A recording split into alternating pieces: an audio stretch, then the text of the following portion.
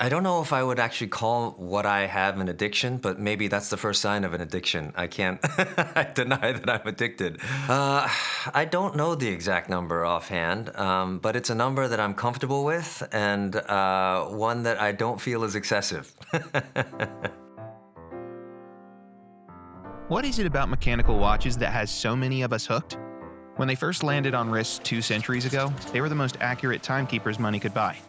Technology's given us far better ways of doing that now, and yet the allure of the mechanical watch persists. So, why? And as long as we're asking, why have more than one?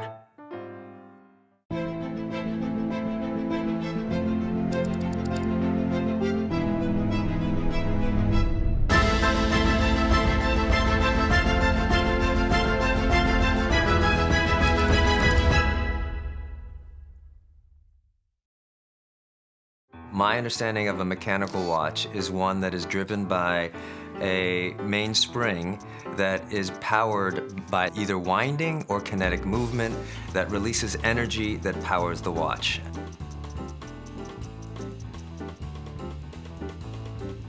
So when we say mechanical watches, we're talking about seriously intricate machines. Unlike battery-powered quartz watches, or for that matter, rechargeable smartwatches, mechanical watches are full of ultra-precise gears, springs, levers, jewels, and a lot more that let them tell the time without the help of electricity. That means there's a lot of craftsmanship involved, and it's all got to fit on your wrist. In terms of the wristwatch today, it really could be said to have started around World War I, with soldiers that, rather than pulling pocket watches out of their pockets all the time during trench warfare and other types of battle, wanted something just to quickly look at on their wrist. So the whole pocket watch design, they would often weld lugs onto the case. That's kind of the origin, and then slide a strap through, whether it was nylon or a metal kind of primitive bracelet or leather, and then they could look at their wrist quickly. It's hotly debated who made the first wristwatch, but we know they started to appear in the early to mid-1800s as jewelry for noble women. Just look at the details on this Patek Philippe, sold in 1868 to a Hungarian countess. That said, most of today's coveted luxury brands got their name by building watches that served a specific purpose, like diving, racing, or even going to the moon. Called tool watches, they were made by brands like Rolex, Omega, Breitling, Panerai, and a flurry of others. Over the years, countless watchmakers have come and gone, each with a specialty, and each with a dedicated following.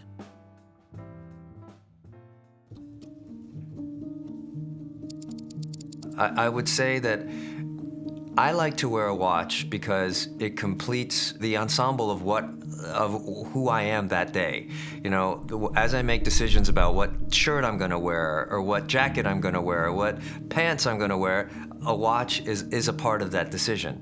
What's appropriate for the occasion, what's appropriate for what I'm doing, and it is really part of completing my identity for the day. The early models always try to argue that there was something about a deficit in someone's childhood that they were trying to compensate for as they got older. But current thinking is much more related to material possessions, and now to some extent digital possessions, being part of one's identity formation and one's presentation of self and recognition of self in a larger world. Watches in particular, there's something so symbolic about them because they also are for public display because you wear them.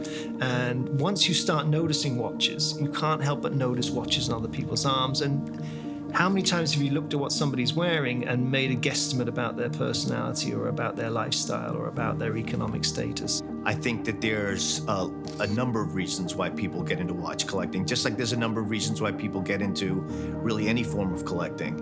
But once you get into it, there's really something about identity to them. They start to define you as a person.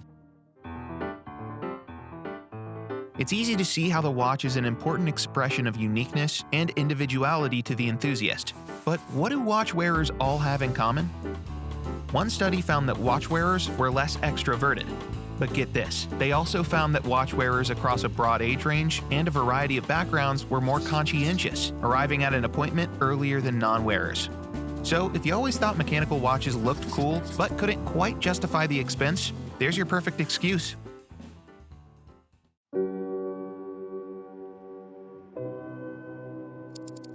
I was first introduced to watches in any way by my father, who gave me my first watch when I was maybe in second or third grade. And the way he endowed it with meaning made me realize that it was something important and a piece that I was to be responsible for, and it felt like it was something that I should keep for a lifetime and be mindful of. You get the classic argument, why would you spend, thousands and thousands of dollars on something that doesn't tell better time than a $10 Casio? And the answer, of course, is because you're not buying it just to tell the time, though it can tell the time really well. There's something of beauty in its construction, in its complications, in its aesthetics, and its history, and the history of the company and the technologies that are behind it that really appeal to you on a deep level that's not about money. When I buy a watch, it's not a flippant decision. I buy a watch because my intention is to keep it for life, and not just for my lifetime, but also for my kids' lifetime.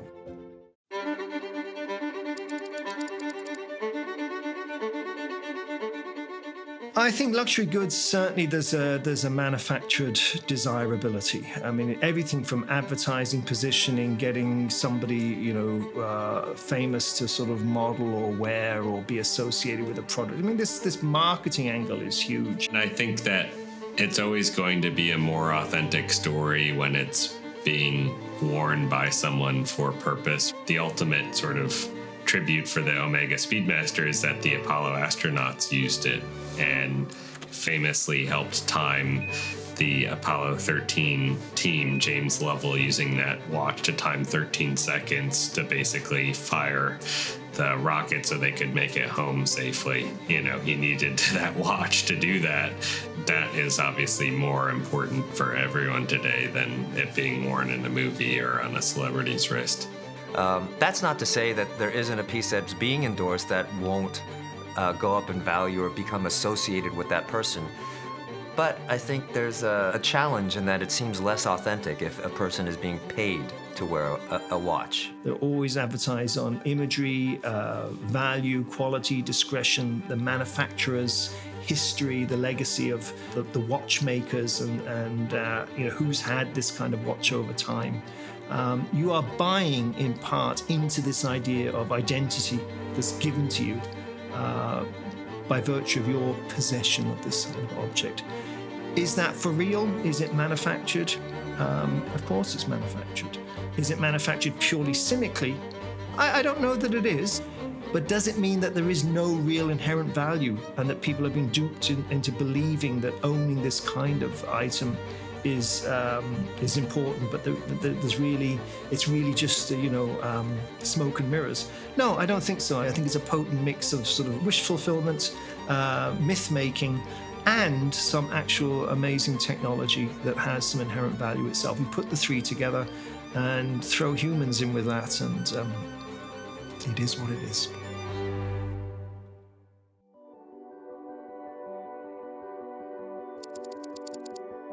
Almost every piece I buy for a reason that's associated with a milestone in my life. I've bought a few watches to signify a new role that I was playing, and sometimes I'll buy a watch if I'm traveling somewhere that's significant to me. Whenever I look at that piece, I associate it with that time in my life and that place. I think that's special, and I think you can make those associations with many other things in your life, but for me, it's with watches.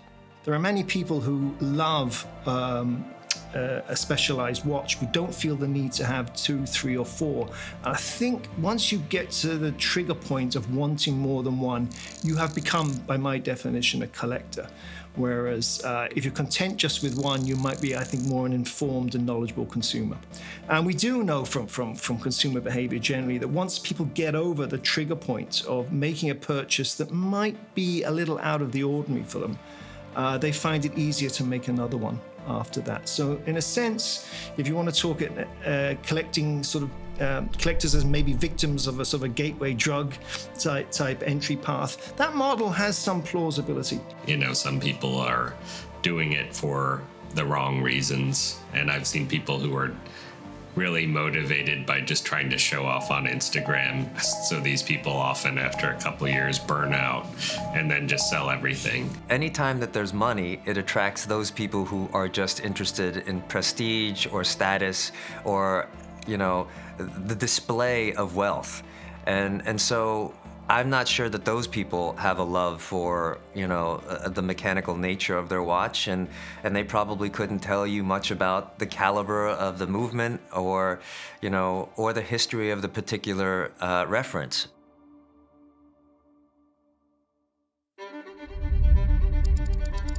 I tend to be someone who takes a lot of time before I pull the trigger on a watch because it is such a meaningful purchase for me. I rarely buy on impulse, and as a result, I rarely regret what I buy. I've actually had the opposite problem where I've waited so long that someone else snatched the watch out from under me, and I've lost opportunities. But the watches that I've purchased, I really have cherished. I think some of my pieces I continue to enjoy. Some I enjoy even more than when I initially purchased them. And sure, some of them I feel like the hunt was more interesting than the actual purchase and the capture, so to speak. It really can vary from watch to watch. And you can never tell what your relationship with a particular piece is going to be over time because you change. The watch remains the same, but how you feel about it will change according to the circumstances of your life.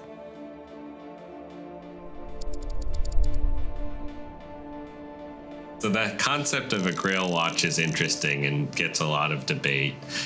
People also talk about an exit watch. So what's the Grail that you'll exit the hobby if you get it? The reality is, for most true collectors, it's always something that's unattainable. It's just beyond your reach, whatever that is. From what I understand, the Holy Grail has not been found. So, you know, when you talk about a Grail watch, it's almost something that is the ideal watch, but would take years, if not decades, to ever find. The idea that there's a complete target or an end point in being a collector really doesn't make, it doesn't square with the evidence. What we find is that once a collection starts to emerge, and let's say you've bought 3 or 4 of an item and you find that you know more about them, there's always another target. There's always some way of improving the collection that you have. I'm always on the hunt for something interesting. The hunter, right? Like the idea that you're going to try to find something that, you know, nobody else has, that's difficult to find. Collectors tend to become quite aware of small details about the objects that they are fascinated by, their history, their emergence, the key design choices that are made, the qualities that they have, what separates one item from another, what makes something specialized or desirable. And they become quite expert and sort of fascinated by the, if you like, the surrounding contextual information which this material object emerged from. And for many collectors, that's a really, really important part of their identity.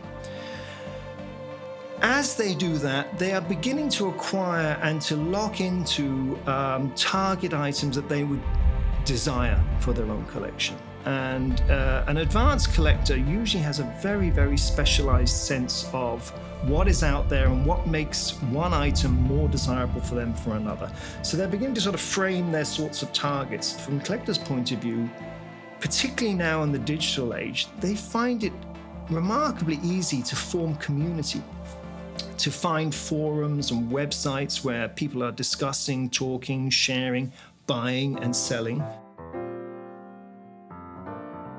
There's a kind of irony there that the internet has powered a boom in these timeless machines. You'd think that with the convenience and the ubiquity of the smartwatch, demand for mechanical watches would be stagnating. Actually, mechanical watches are seeing an absolute explosion in popularity. Exports from Switzerland alone nearly tripled from 2000 to 2019. And that's not to mention the booming popularity of vintage models. Japanese watches and micro brands are on the rise too. The reasons for the appeal aren't as obscure as you might think.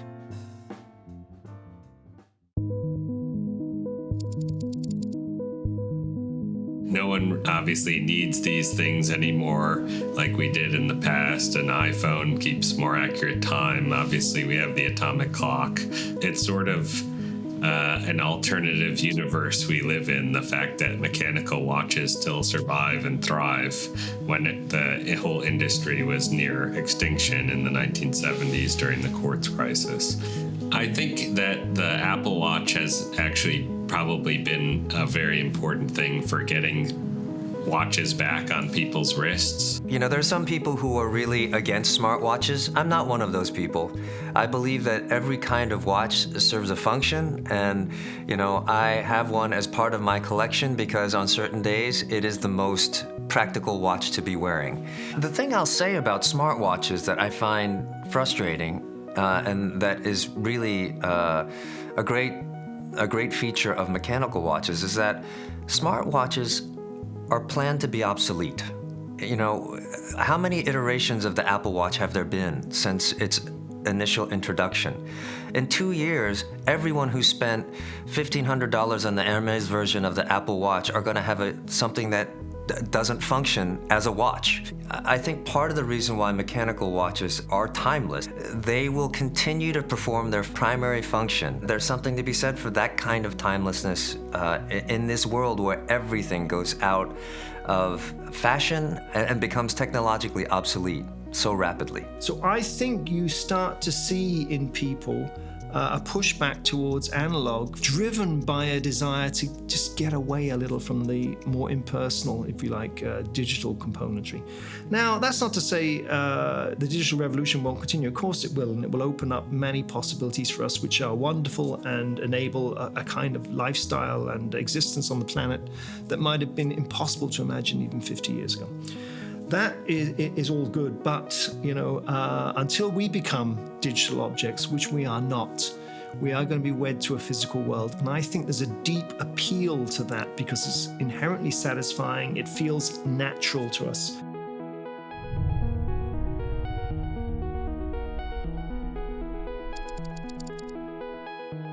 The fact is that, you know, any of these watches should last hundreds of years if properly taken care of. If you buy a new Rolex today, it should last at least 500 years if it's properly taken care of. There's very few things that we touch in our lives will be used by generations from now. Very, very few things. Watch collecting is very different from the collecting of other luxury items. And these mechanical watches, if they're in good shape, still keep incredible time. One of the meaningful things we might have inherited from our grandparents or parents is a watch. That's one thing that typically doesn't get thrown away when you're going through the estate. People keep these things, even pocket watches that are 100 years old. People see an endurance to that, and it's ultimately about time itself, which is the one thing where we're all equal. We all have a limited amount of time and we don't know how long, and it really defines our lives day to day. So the fact that it is related to time, I think, is special too.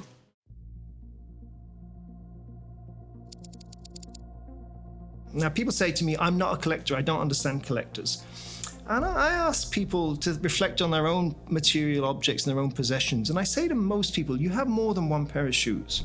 You probably have multiple changes of outfits. Do you throw outfits away as soon as you buy a new one? In my view, and from my framing of the problem, yes, you're as much a collector as somebody who has multiple specialized watches. So this notion that you are or you're not a collector it doesn't really hold water for me. I think most of us, without realizing it, are to some extent natively collectors, depending on the objects. We look at it and think, oh well, we're the foibles of humans. How silly we are to be duped by this.